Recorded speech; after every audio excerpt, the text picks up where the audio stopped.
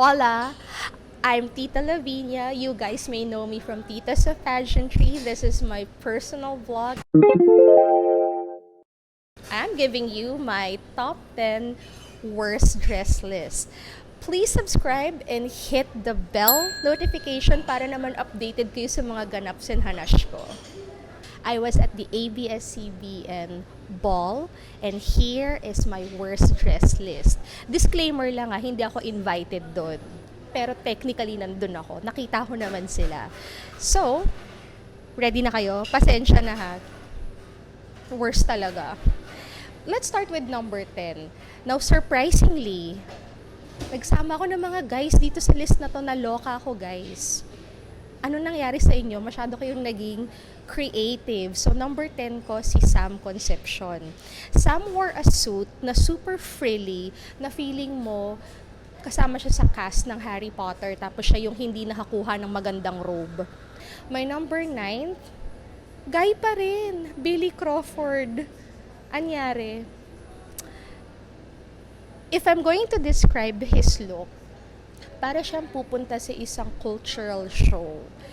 For me kasi very old school ako when it comes to guys. For me, wear a tux. Let the girls shine. Number 8, sorry, maraming fans to, pero James Reid, bakit natin kailangan ng backpack? Pupunta tayo sa ball, hindi mawawala yung jacket mo. I know that the suits worn by the men are like super expensive, pero kebs, ganun talaga yung itsura nila. Sorry. Number 7, for me it was Yeng Constantino. Now Yeng wore actually a beautiful red gown. It was tulle. Very editorial yung red gown. Ang hindi ko lang siguro masyadong nagustuhan was the overall styling. Medyo ang severe for me, na ang naiisip ko guys, look up the reference, Dracula ni Gary Oldman back in the day. So, medyo tuma-Transylvania tayo sa look na yon. And then, my number 6 worst dressed is, I love her, KZ Tandingan. Now, KZ wore like a dominatrix leather gown and a black faux fur. Ang issue ko lang dito sa look na to, hindi talaga siya functional. Na-mention ko na rin to sa review ko sa Titas of Pageantry. To the point na gusto ko kasing sabihin na when I was there, hindi malamig sa hotel. Sobrang ang init-init niya. So, kung magfo-faux fur ka, kailangan convincing siya para sa akin. Well, hindi siya convincing nung time na yun kasi ramdam ko talaga ang init. Number 5 for me is Mamang Pokwang. I'm so sorry. I know you just had a baby. It had nothing to do with a new mom's body. It had nothing to do with that. It was the make of the dress. So the dress was a white strapless dress, and she kind of went with the bandwagon of having technology sewn into the dress because it was a dress with fiber optic effects. So umiilaw-ilaw siya, guys. Now, we have seen this before kay Claire Danes nung Met Ball with that Zac Posen gown. We've seen this on J-Lo in pageantry. We've seen this on Edimar sa Miss International. So for me, hindi bago tong effect na to. So kung gagawa ka ng ganong dress, para sa akin, gusto ko yung malinis. Gusto ko talaga yung ang ganda ng fit, ng corsetry, tsaka ng finishing. Unfortunately, it looked like a gimmick on Mamang Pokwang. Number 4, Myrtle Serosa. Now, Myrtle wore a gown na parang night sky din naman. It wasn't royal blue. It was a different sort of blue na, I'm sorry, mukhang gift wrapper. Para siyang natuwa sa lahat ng embellishments na even yung sapatos niya, in-embellish niya with the same details na ginamit niya sa damit. Number 3 on my list, beautiful face. I sort of know the designer, so hindi ko na lang siya i-mention. The color is amazing. Unfortunately, the design, the cut, and the finishing of the gown, hindi ko masyadong bet. Vina Morales in her emerald or teal gown, depending on the photos that you're seeing. Yun, pag tiningnan nyo, hindi siya ganun ka-streamlined. And for someone like Vina, who is used to wearing, fabulous costumes, dapat siguro mas naging aware siya on how the fit of the dress would look like.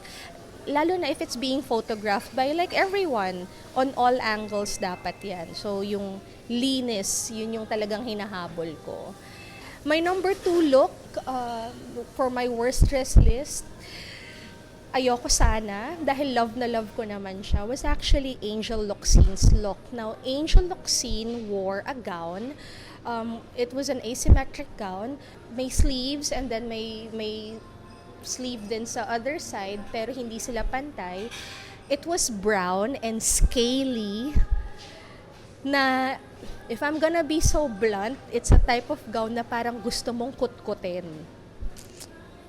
Before my number 1 worst dress list, singit ko na rin yung aking mga medyo underwhelming. They're not on my worst dress list, pero medyo underwhelming lang sa akin yung look na yun. The first one is Mylene Entrada. Now, Mylene is supposed to be a fashion darling. Everybody wants her. She's on the cover of glossies left and right.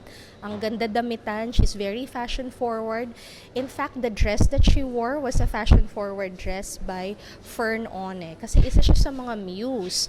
It was a couture gown na ang ganda-ganda ng embellishments. It's something na ang ganda tingnan for fashion editorials on magazines.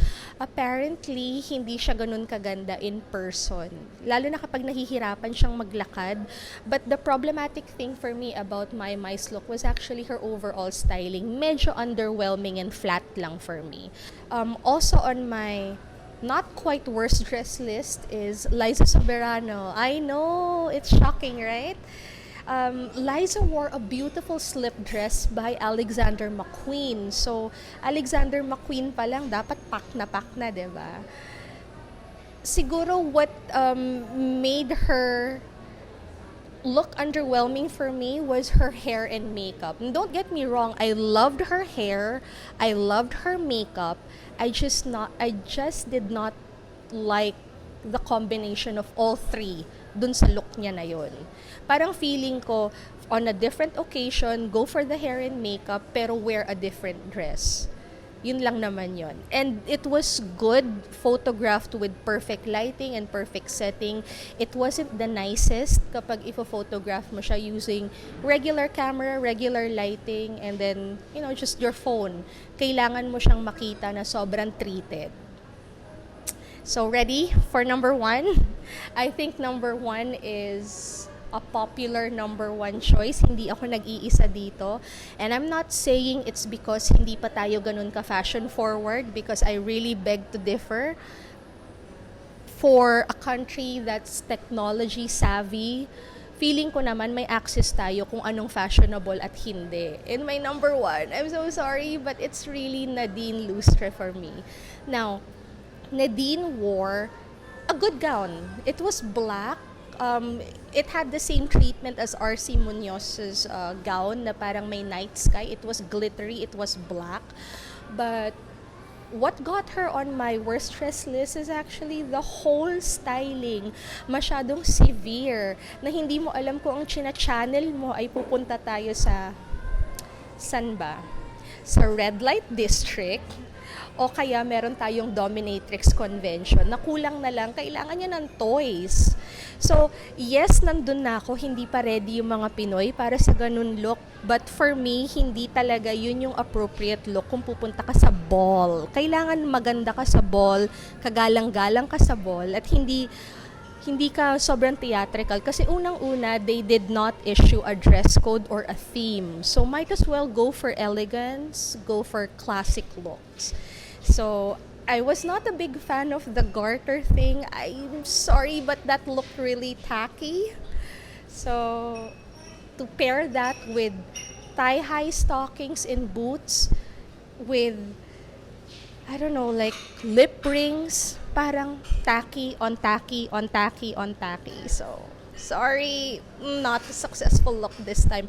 Beautiful makeup, beautiful hair though, and beautiful jewelry, but no.